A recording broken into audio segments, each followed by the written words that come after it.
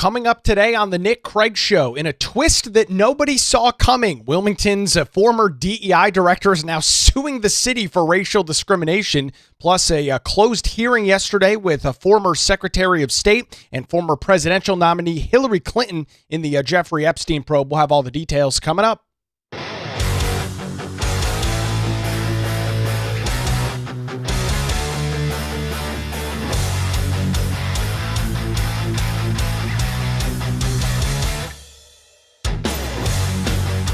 And a good Friday morning to you. Welcome into the Nick Craig Show, streaming live this morning on YouTube, Rumble, X, and Facebook. Don't forget that you can take the show with you 24/7 on demand in your favorite podcast app by simply searching for the Nick Craig Show. Tap the subscribe or follow button and get a new program each and every weekday morning. Or you can listen on your computer at home or at the office by visiting the website nickcraig.com. Our show this morning is brought to you by Melissa Gott and her team over at the Law Group. Visit them online, lawgroupnc.com, or give them a call, 910-251-6088. We'll hear more from them coming up as we go through the program on this Friday morning.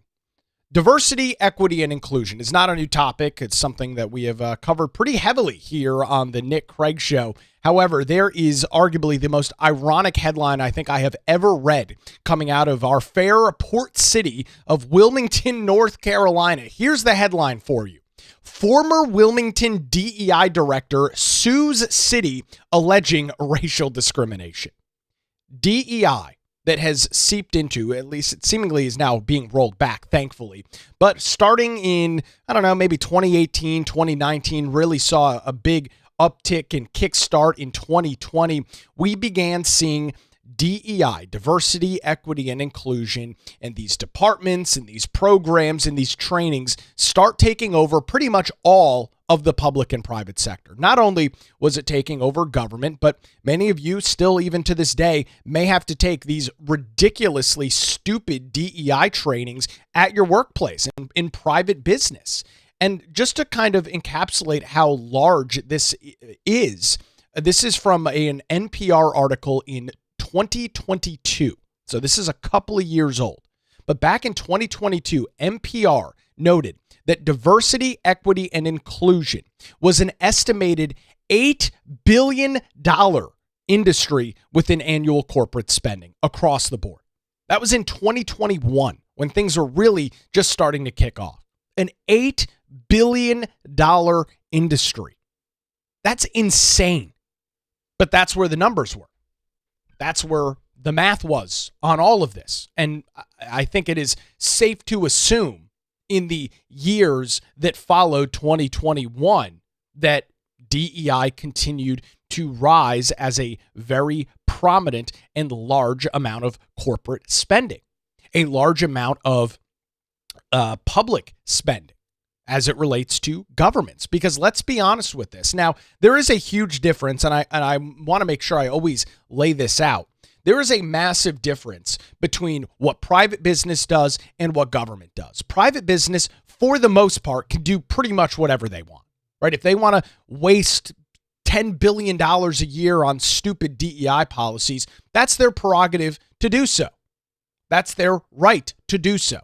I am not in the business of trying to tell a private entity what they can and can't do. Unlike those on the political left, I don't have any power over these private businesses. I don't pretend to, and I'm not going to sit here and try and browbeat them into adding or removing a program. If they want to spend their money on that, have at it. It's not my place to speak. Government, however, is a completely different ballpark, right? Because I am funding said government. You are funding said government. Whether we're talking about DEI programs in municipalities here across North Carolina, which many do. You look at our large cities, Raleigh and Charlotte, our more medium-sized cities. You go to places like Asheville and Winston-Salem and Greensboro and Wilmington. These programs exist all over the place with a mix of state and local funds being used to fund what I have continued to describe as these incredibly disastrous, ineffective, largely useless programs. And that's my thought and my opinion on it. And I have yet to see or have anybody make the argument to the contrary that is going to change my mind. And so our story today takes us to, as I mentioned, Wilmington, where the former DEI director is now suing the city claiming racial discrimination. You're familiar with the Babylon Bee and its predecessor before that, The Onion. These were kind of like parody news organizations that would run, ridiculous headlines like refrigerators are racist and things like that. It would just kind of highlight the insanity, highlight the way in which our news coverage was taking place. And I remember back a couple of years ago, it was actually probably 3 or 4 years ago, that the John Locke Foundation at their annual Carolina Liberty Conference, which is coming up this weekend, had the CEO and the president of the Babylon Bee as their keynote speaker. And I remember listening to this discussion and conversation, and he made the point during his keynote speech that it is becoming harder and harder for a website like the Babylon Bee to write these parody headlines when you have headlines like this, which we're covering out of Wilmington. And it's interesting that satire news is becoming harder and harder to do because, quote unquote, real news publications are publishing some of the ridiculous headlines that even just a couple of years ago would have been seen as, oh, that's parody. That's a fake, comical, humorous headline. No longer is that the case. So let's get into the article. It's over at WECT News in Wilmington, and it reads, the city of Wilmington's former Diversity, Equity, and Inclusion director filed a federal lawsuit on Thursday claiming that she was fired because of her race and in retaliation for reporting discrimination. According to the lawsuit, Kimberly Carson, who is black, was terminated on May 8th, 2025 after about a year on the job. The lawsuit was filed, as I mentioned, February the 26th in the U.S. District Court for the Eastern District of North Carolina. Carson alleges city officials launched a bias internal investigation against her after she raised concerns about the treatment of black employees, including the city's first black police chief in Donnie Williams, who is now the former police chief, and reported to her direct supervisor, Assistant City Manager Mary Vague. And she also claimed that her direct supervisor, the assistant manager, was apparently impaired during work hours. So I guess the allegation, the alleged claim here would be probably alcohol, right? If somebody's impaired at work, maybe drugs, but alcohol. Vague was arrested for driving while impaired in 2023, according to the New Hanover County Sheriff's Office. Court records showed her record was later expunged. So we've got some interesting things going on there. The complaint also alleges that City Attorney Meredith Everhart misled the public about how much taxpayer money was spent on outside investigations. The lawsuit alleges $50,000 was spent investigating Chief Williams and $25,000 was spent investigating another senior black female city employee. But Everhart publicly stated the full $75,000 was spent only on the Williams probe. So I guess arguing some level of semantics there. Carson, the former DEI head, also reported all of those concerns to then city manager Tony Caudle, who recently retired, and probably in large part due to this garbage and crap going on within the city of Wilmington, who she claims took no action. All right, let's go to this. In December of 2024, roughly a month before the investigation of Carson began, her supervisor wrote that Carson had, quote, done a great job embracing the city's core values and, quote, communicates well and holds herself and others accountable. The lawsuit alleges that by February of 2025, so just about a year ago, Carson was under investigation based on complaints from unnamed individuals. She was fired in May of 2025, with the city citing a, quote, pattern of excessive tardiness, so not showing up to work on time, unprofessional communication, and dismissiveness. Allegations Carson's attorneys say were never raised with her before she was let go. The lawsuit brings 7 claims against the city, including racial discrimination, hostile work environments, retaliation, and impacts a constitutional equal protection claim under 42 U.S.C. 1983, a violation of the North Carolina Constitution, and wrongful discharge. Carson is seeking damages in excess of $75,000 on each of the 7 claims, plus attorney's fees. So you are looking at when all is said and done, she is looking to grift somewhere in the ballpark of hundreds of thousands of dollars, well over maybe even $750,000 against the city of Wilmington. A city spokesperson told WECT News on Thursday that the city is yet to be served with the lawsuit and declined to comment on that.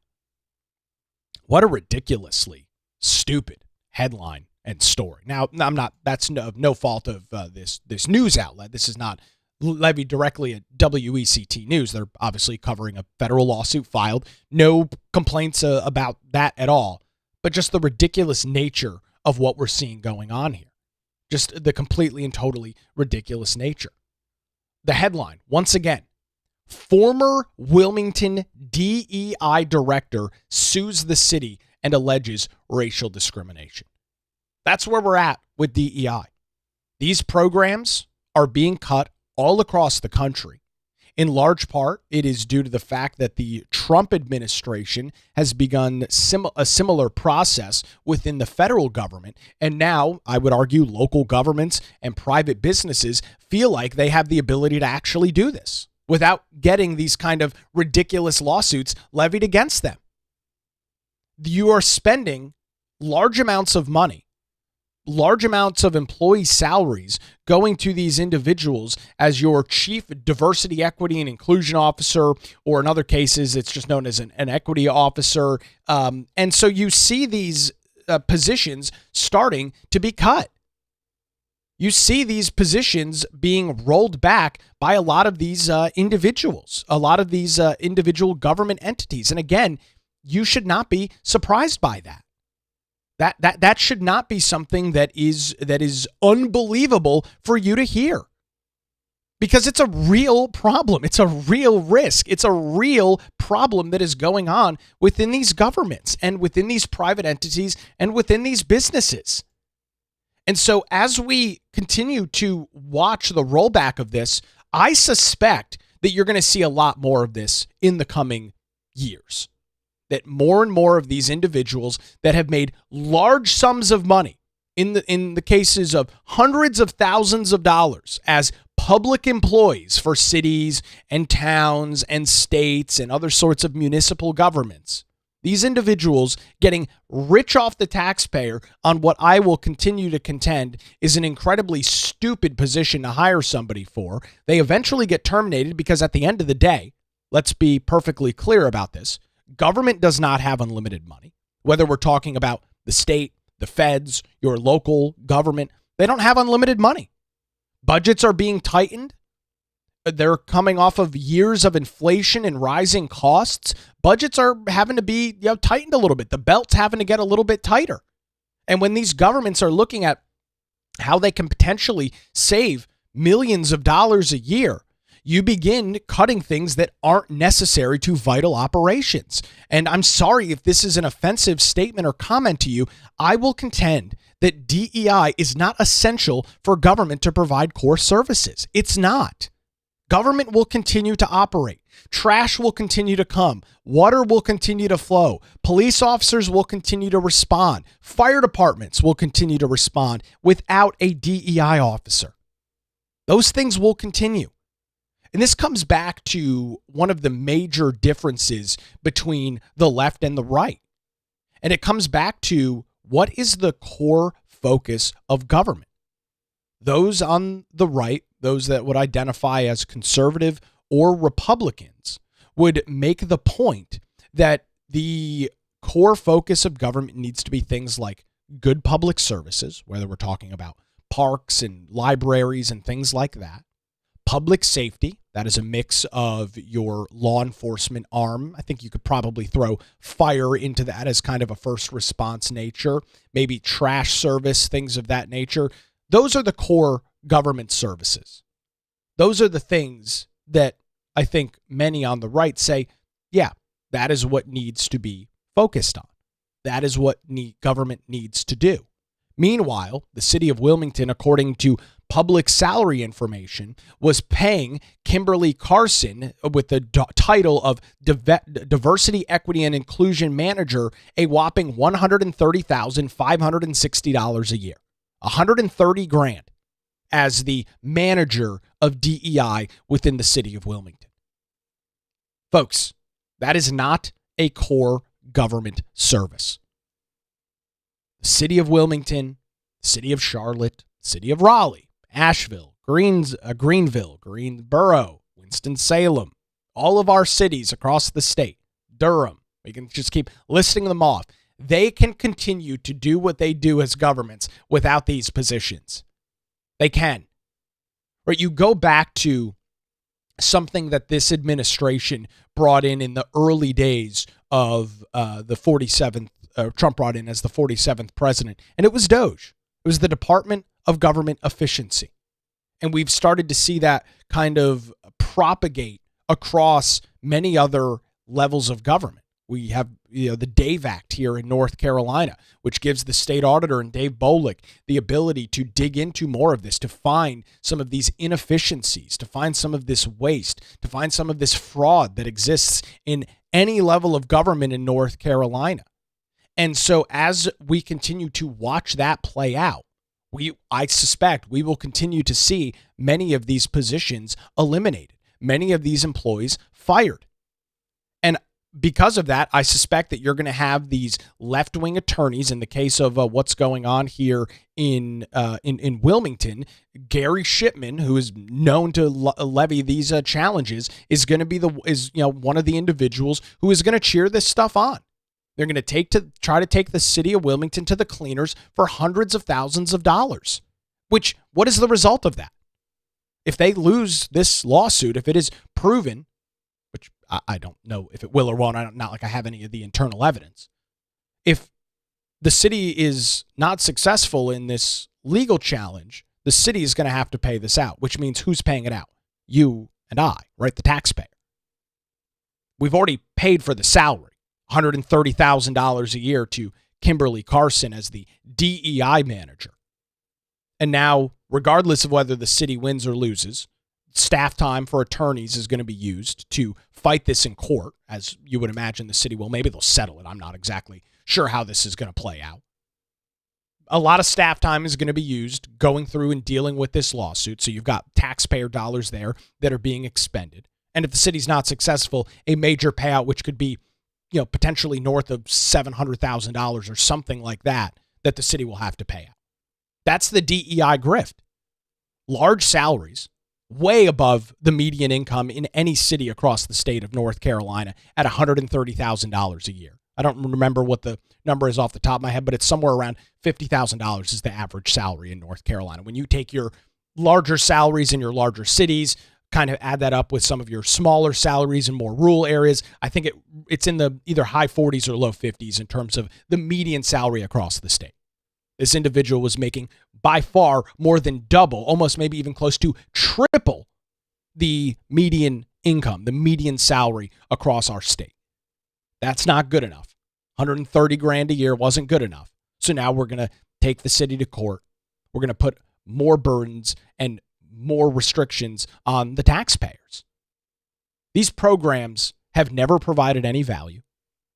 They have never provided any return on investment, ROI. It's just never happened.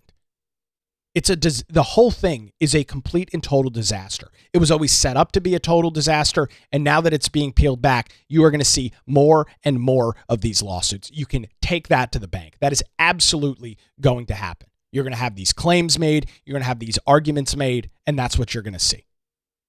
All so that everybody else can get rich while the taxpayer foots the bill.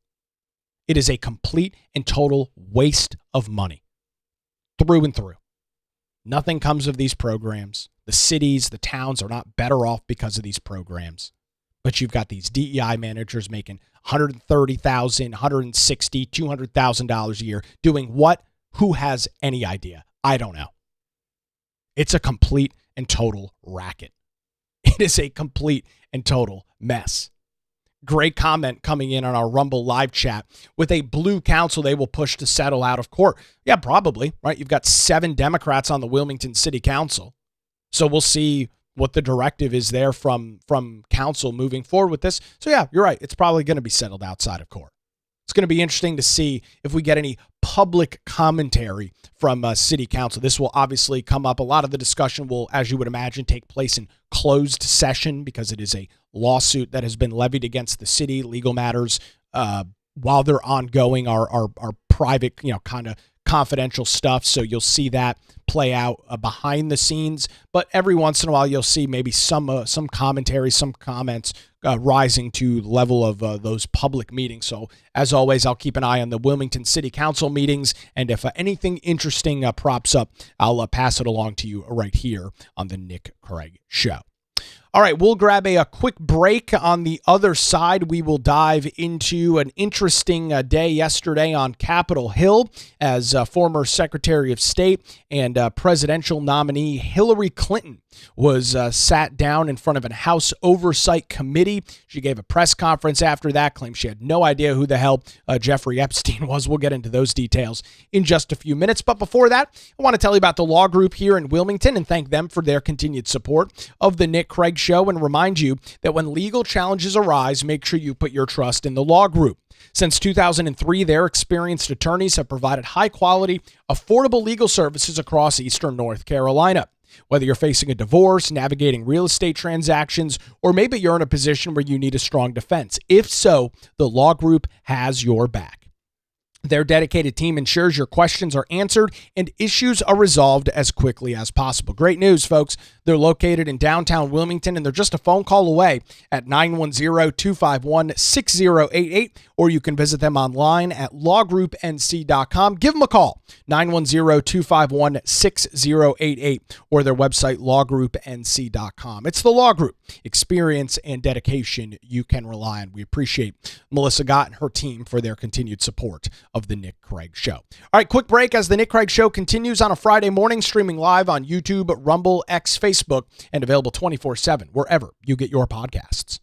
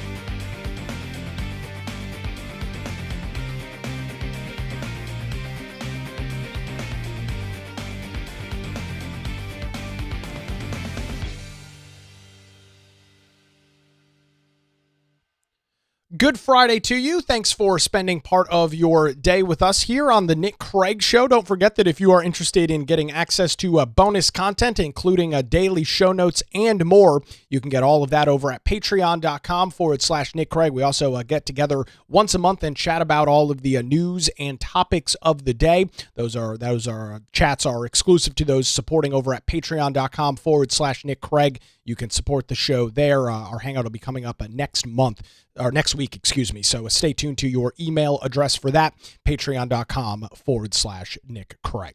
All right, let's turn our attention to some national news this morning. A busy day on Capitol Hill as former Secretary of State and presidential candidate Hillary Clinton was brought in front of the House Oversight Committee, a non-public, a closed-door House Oversight Committee hearing. It lasted about 6 hours or so. That did include some breaks in there, and she reported in her opening statement, quote, "I had no idea about the criminal activities as it relates to Jeffrey Epstein. I do not recall ever encountering Mr. Epstein. I never flew on his plane or visited his island home or offices." Clinton then immediately rushed to a microphone after the fact, which the Clintons are, of course, very good and known for immediately rushing to microphones and getting in front of the media, and claimed, again, she had no idea who Jeffrey Epstein was, which is beyond the pale of belief. I mean, that is the most insane thing in the world. Her husband is seen pictured hundreds of times with this guy. Now, I'm not saying that she was his best friend, and I'm not going to sit here and make that accusation and make that claim, but to argue that she never really met this guy, that, again, the direct quote from her, "I do not ever recall encountering Mr. Epstein." That is beyond the pale of belief, ladies and gentlemen. That is absolutely beyond the pale of belief. So maybe I'm mischaracterizing this whole thing. Let's listen to the words out of old Hillary Clinton herself. What does she have to say? Based on what I knew, and what I knew is what I said in my statement this morning. I never met Jeffrey Epstein, never had any connection or communication with him. I knew Ghislaine Maxwell casually as an acquaintance, but whatever they asked me, I did my very best to respond. Now, by the way, she's talking about Ghislaine Maxwell. She was at Chelsea's wedding, Hillary's Bill's daughter, allegedly. She was at the wedding, so presumably she met her at some point. But, again, facts, not necessarily the most important with the Clintons. It was disappointing that they refused to hold a public hearing, so I wouldn't have to be out here characterizing it for you. You could have seen it for yourself. We had asked for that. We think it would have been better for the committee and its efforts to gather whatever information they are seeking. We had a bit of a challenge in the beginning because we had agreed upon rules based on the fact it was going to be a closed hearing at their demand. And one of the members violated that rule, which was very upsetting because it suggested that they might violate other of our agreements. Now, let me stop. There's a couple of things to break down here. First, Hillary Clinton does not get to determine whether the House Oversight Committee holds their hearing in public or or behind closed doors. Right? This is the smug nature of people like Hillary Clinton. This is in large part, I think, why she got destroyed in the 2016 presidential election. Hillary, you're not the queen. You don't get to tell the House Oversight Committee how they hold their hearing. If they want to hold it privately, behind closed doors, not in front of the public, they have the right to do so.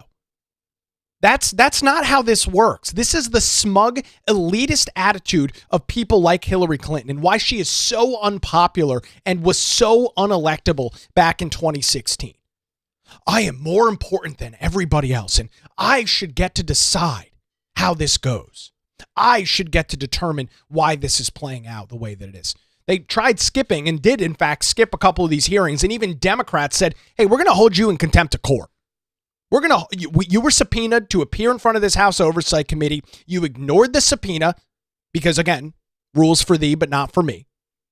You ignored the subpoena, and even Democrats on the Oversight Committee said, We've got a major problem here. So they threatened to hold both Hillary and Bill. By the way, Bill is testifying on Friday in front of this same committee behind closed doors. Not immediately clear whether old Slick Willie will do a press conference after the fact like his wife. But you don't get to determine the rules here. That's, again, not how this works. And then the other part of it, the rules were broken. So Representative, I believe it was Lauren Boebert, sent a picture of Hillary testifying in closed session to Benny Johnson, who many of you are familiar with, a very prominent conservative activist on the right, very popular podcast and YouTube show that he produces day in and day out. Benny Johnson posted that over on his X account, and apparently that caused the committee hearing to immediately be recessed, and I've got to make sure everybody's following the rules. And then one other point. The Clintons, who, of course, like doing all of their dirty work behind the scenes. Now, Hillary is telling the American people, after coming out of this hearing, that she wished that this was done in the public light. That she just really hoped for the sake of the committee, the sake of the American people, that this was done in public. The Clintons like to hide as much as possible behind the scenes. But now, of course, they want to preach, transparency and all of this other fun stuff. What a joke. What a clown. So we had to cease the hearing for a period of time until we could get assurances that no rules would be broken going forward. And we returned to answer questions repetitively, literally over and over again.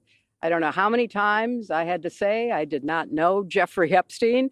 I never went to his island. I never went to his homes. I never went to his offices. So it's on the record numerous times. It then got, at the end, quite unusual because I started being asked about UFOs and a series of questions about Pizzagate, one of the most vile, bogus conspiracy theories that was propagated on the internet, that was serving as the basis of a member's questions to me. So I can only say that the best exchange that I had came at the very end, when, contrary to every other deposition they have taken, no Republican member asked any questions about Jeffrey Epstein or Ghislaine Maxwell to anyone else they have deposed. And in fact, the Republican members didn't even show up for the deposition of Les Wexner. And when I said that, I had to point out that the only questions that any Republican member asked of any of the people they deposed was of former Attorney General Bill Barr, when Chairman Comer asked him about the allegations, in his view, about Russia's involvement in my election in 2016. Ah, yes. So at the very end of this hearing, after I made that point, I want to commend Chairman Comer for raising a series of significant questions that I responded to about the nature of the investigation and the areas that I thought should be explored. So I appreciated that. I want to see the truth come out. So that was a reassuring way to end a very long, repetitive deposition. So hold on a second. Am I supposed to understand here that Hillary Clinton is still trying to rehash? I think I'm understanding her correctly. Rehash that the 2016 election was stolen from her? Is that what I'm taking away from that statement? That's my question to you. That's how I understand what she just said. I have no idea what this rambling comment is from Hillary Clinton. Absolutely no idea. I wasn't treated fairly. Oh, woe is me. They didn't ask me all these questions. First of all, How does she know what every other deposition was? I mean, those are closed in private, at least from my understanding. Maybe I'm dead wrong about this. But how does she know what every other question was asked in these closed depositions? That to me doesn't seem to add up whatsoever. So Hillary Clinton, as you just heard, goes through this summary of this committee hearing by the House Oversight Committee yesterday in New York City, where this took place. I answered every question. I've never met Jeffrey Epstein. I've never talked to him. I've never been around him, so on and so forth. Then gets into this weird diatribe, I guess, about the 2016 election, still trying to rehash that she didn't lose a decade ago, that the election was stolen by Donald Trump and by Russia, of course. That was the great meme in the first few years of the Trump administration. I mean, it's just insane. And just as you listen to her, you should hopefully be reassured that she would have been an awful president. It's this constant, smug, elitist nature. I should get to determine what the questions are. I should get to determine whether this is happening in public or private. I don't like what they were asking me. That's not what any of this is about. You were asked to come in and speak to this House Oversight Committee. You are the one providing a deposition. You don't get to determine all of the rules. Now, you can have back and forth and determine what the parameters are. That's a normal process, and I think that she should have the ability to do that with her legal counsel. But this whole thing does not revolve around you, Hillary. The earth does not spin around Hillary Clinton. She believes it does. Obviously, it's blatantly obvious based on her comments. But the earth doesn't actually truly revolve around her. The American people pretty heavily rejected her back in 2016. More from Hillary. She opens it up to some press questions and then very quickly ends this press conference in New York City yesterday. Madam Secretary, you spoke in your opening remarks about how heartbroken you have been for the Epstein survivors as these files have come out. Can you talk to us a little bit about how you have processed and reacted to the fact that the former president, your husband, Bill Clinton, is referenced in the Epstein files numerous times, including in some photos featuring women? And how have you been personally preparing for the deposition that is coming tomorrow? Are you 100% confident that there isn't anything that the former president knows about Epstein's crimes? I am, and I think the chronology of the connection that he had with Epstein ended several years before anything about Epstein's criminal activities came to light, and that he was charged and sadly given a sweetheart deal, which, as I said in my statement, had that not happened, perhaps his predatory behavior could have been stopped earlier. But I think it is fair to say that the vast majority of people who had contact with him before his criminal pleas in 2008 were like most people. They did not know what he was doing. And I think yes. Nobody had any idea what was going on here. That's what you're led to believe. That nobody had any idea what was going on. Oh, yeah, Bill on Epstein's Island pictured with all these young women.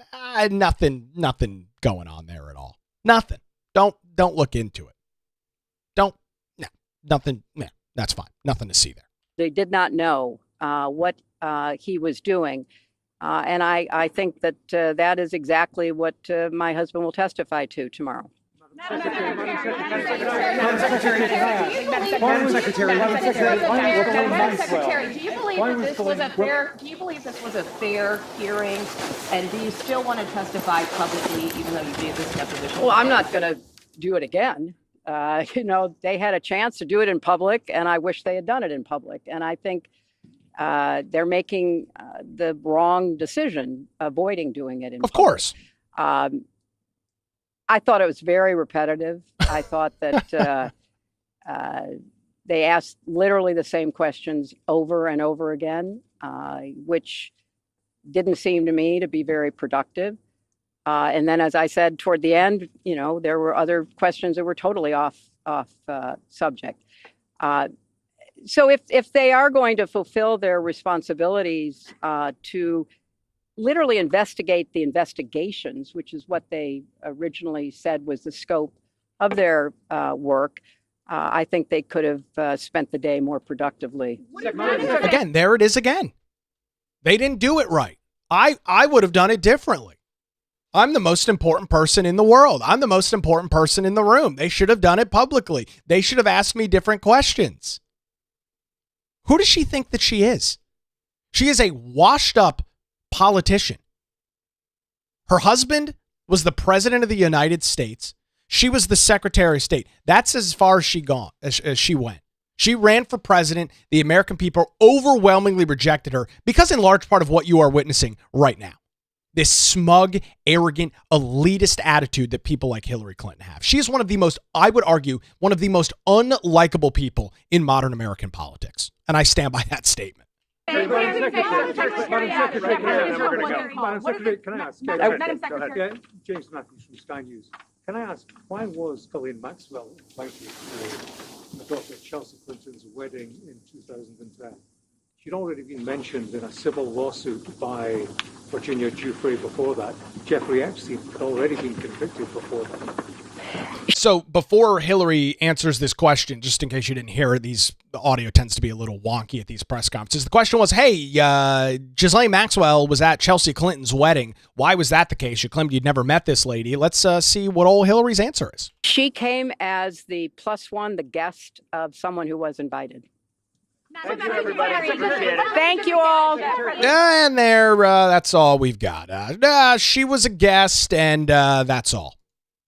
That's all. She was a plus one for somebody who was at the wedding. Great comment coming in. Washed up politician. That's all she is. That's all she'll ever be. Her legacy, she was fuming mad that her husband was the president of the United States.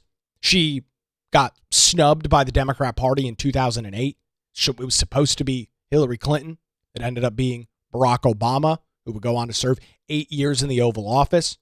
Hillary gave it a crack again in 2016, met the Trump machine, and got annihilated by Trump. Got overwhelmingly rejected by the American people. Overwhelmingly ejected, calling half of the country deplorable, so on and so forth. And then, of course, after she lost, couldn't have been her fault that she is such an unlikable character. Couldn't possibly be her fault. It's Russia's fault. They, of course, helped Donald Trump get elected, purchasing, $10,000 worth of Facebook ads from a Russian troll farm. That's what the Democrats claim swayed the 2016 presidential election. Sure. Sounds great. Whatever you guys say. Absolutely. We'll just keep running with that. It's only been a decade. But yeah, we'll continue running with that meme, running with that narrative. So it's going to be very interesting to see similar setup for her husband, Bill Clinton. He will be in front of this House Oversight Committee today. That's going to be taking place. And it's going to be interesting to see if he rushes to a camera after the fact. I would suspect not. If I were a gambling man, if I were a betting man, I would say that the likelihood of old Bill Clinton running to microphones after this, like his wife did, is probably low. He might make a statement publicly. I don't exactly know what to expect, so I guess we'll just have to wait and see. And it's an interesting comment is just coming in. They had the chance to do this publicly in that first hearing that they ignored back a couple of months ago. That was a public. It was televised on C-SPAN, and they chose not to come. Great point. Totally forgot about that. So, rules for thee, not for me. I'm the victim in all of this as Hillary Clinton. It's unfair what they're asking me. This is out of control. The questions weren't good. They kept asking me the same thing over and over and over again, and I kept giving them the same lie of an answer. I don't know who Jeffrey Epstein is. I never met him. I have no idea. I'm just a damsel in distress. I have no clue what's going on. My husband was pictured with him hundreds of times. I've never met him. I don't know. Who's this Ghislaine Maxwell lady? I don't know. I'm the victim. Shedding a couple of tears right now for Hillary Clinton, the abuse that she had to face from the House Oversight Committee on Thursday. hopefully this is the last time we have to hear publicly from Hillary Clinton for quite some time. There's only so much of the smug elitist nature that I can take on. So there's old Hillary. Very insightful. Insane. Awful, terrible person. One of the most unlikable individuals in modern political history. I want to end on I saw this funny post on X by a comedian who I enjoy and have seen a couple times. His name is Dave Landau. I think he's actually got a couple of shows coming up in Raleigh next month, I think. And he put this out on his X account about 2:00 this morning. He writes, Hillary Clinton claims she never met Jeffrey Epstein except for that time that she killed him. Rimshot. Boom. Pretty funny, Dave. Dave's a hilarious comedian. Pretty funny. And also probably pretty accurate if we're being bluntly honest about the whole situation. So we'll see and keep an eye on what's going on with Slick Willie as he testifies in front of this committee today. I'm going to be up in Raleigh this weekend for the Carolina Liberty Conference, an event hosted by the John Locke Foundation. Looking forward to hearing State Senator Michael Lee is one of the speakers there, including State Auditor Dave Bolick, Supreme Court, head of the North Carolina Supreme Court in Paul Newby. So looking forward to that, provide and run back any interesting things from that coming up for you Monday morning. Don't forget that early voting wraps up this weekend as well. Polls are open today, Friday, from 8 a.m. to 7:30 p.m. Tomorrow, the final day of early voting, Saturday, polls open from 8 a.m. until 3 p.m. And then, of course, Election Day coming up on Tuesday. So if you do want to get out and vote early, you've got 2 final days to do it, today and tomorrow. And then, of course, all day on Election Day. So early voting does continue here across the state of North Carolina. We'll dive into everything as we head into next week, look at some of the local races and everything coming up next week right here on the Nick Craig Show. Thanks to the Law Group in Wilmington for their continued support. You can visit them online at lawgroupnc.com for any legal challenges you might be facing. And don't forget that the Nick Craig Show streams live weekday mornings, 7 a.m., YouTube, Rumble, X, Facebook. It's also available 24/7 in your favorite podcast app and is heard weeknights, 9 to 10 p.m. on WBT Radio in Charlotte. Have a great weekend. We're back with you Monday morning right here on the Nick Craig Show.